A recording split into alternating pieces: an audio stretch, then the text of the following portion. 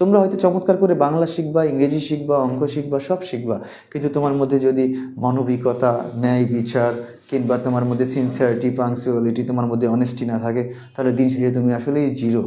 তোমাকে অনেক তীব্র ভয়ঙ্কর প্রতিযোগিতায় তোমাকে অংশগ্রহণ করতে হবে এবং তোমার জীবনটা হবে যাতনাময়।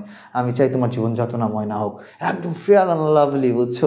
যাতে করে প্রতিনিয়ত হাসা যায়, প্রতিনিয়ত খুশি থাকা যায়, সবাইকে ভালোবাসা যায়, শুক্রিয়া আল্লাহ শুক্রিয়া বলে একদম ধারণ করে, ঠিক আছে, ভাবা যায় তুমি না আলেকজান্ডার হলেও মরে যাবা, তুমি নার্সিং নিয়ে ভাবছো, তুমি হলো রেজিস্ট্রার হলেও মরবা, তুমি কিছু না হলেও মরবা।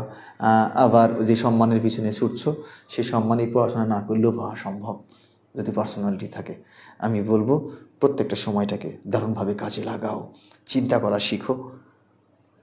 আমি দৃঢ়ভাবে বিশ্বাস করি যে তুমি একদিন তোমার সোসাইটিতে গ্রহণযোগ্য মানুষ হয়ে উঠবে আর কি, এবং তোমার বাবা মা ভালোবাসা শুরু করবে তোমাকে, তোমার আত্মীয় স্বজন, তোমার এলাকা, তোমার দেশ এবং পৃথিবী ছড়িয়ে যাবে তোমার রেপুটেশন, এবং তোমার জীবনে তাই হোক এই প্রার্থনা করি।